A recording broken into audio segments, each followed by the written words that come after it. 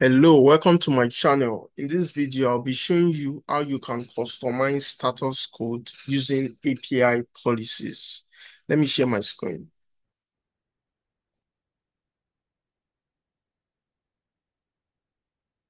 All right, so I believe you can see my screen now. So this is still our sample API. So if you can recall, this is the URL that we usually use. So API slash course. And when we send a request using this URL, we get the list of all courses in our web API.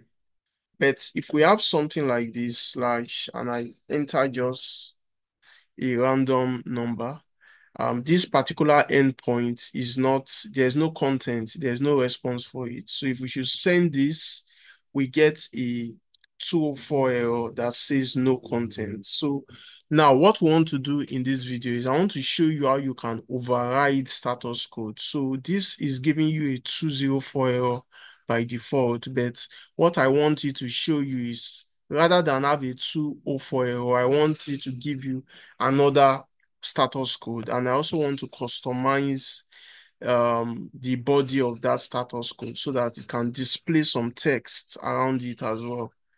So your API policies give you that flexibility. So let me go um to my Azure portal now.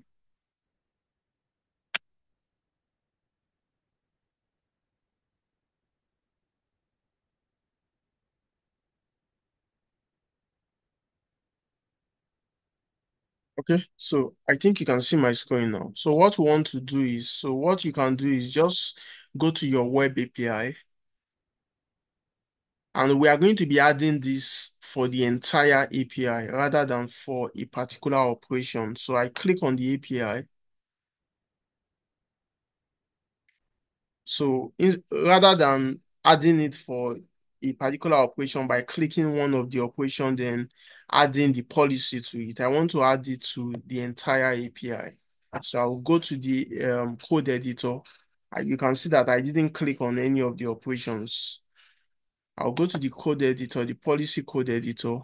Then I will navigate to the outbound. You know, in previous policies, we've been working with the inbound, and the reason is because the previous policies are based on um, responses from our from when the user is sending a request, the kind of response that we want to get. But in this case now, it is outbound because we are looking at it from the perspective of the API now. So this API gateway, we want to customize the kind of response that it will be giving out rather than the kind of request that is expected from the user. So I will go to the outbound. I will just go down. I already have something written, so I will paste. And you can see when the context.response.status code is 204, change it to 401 unauthorized, and also have a custom body template that says invalid request to frankly IO API. I can also add API here. Invalid request to frankly IO API. So we are changing the status code from 204, which is a content not found error, to an unauthorized error. And there might be some valid reasons for this. So you know we have the status code that is 404 error, which is not found, and also this 204 error, which is content not found as well. So these two errors can be used for enumeration. So they can lead to um an intruder trying to understand if there are content within within a particular directory, and it can help in reconnaissance in trying to understand the directory structure of our API hosts.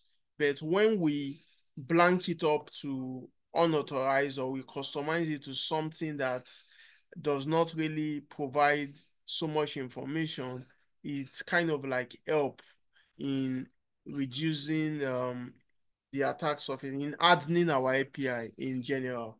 So I'll be saving this. I'll be saving this now. Yeah, so now I will be going back to our postman and we'll try to send that request again. Hopefully, we wouldn't get a 204 error.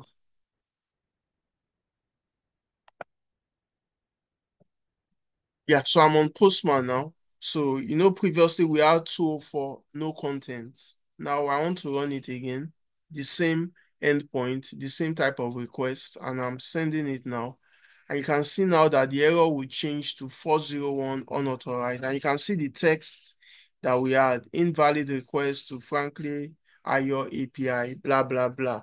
So this is an interesting way of overriding status code. You can customize the return type that you want to see. And it has security implications. It's help when it comes to exposing your so I mean there's a security flaw in many applications that people call they call it exposure what's it called? I don't know, I can't recall it now, but it's all about exposing um aspect of your code that should be in your development environment, not in your production environment. So for something like that, we by customizing the return type, we can um, prevent such a flaw in our code. Okay, so if you find this helpful, don't hesitate to share, like, and subscribe. Have a wonderful day.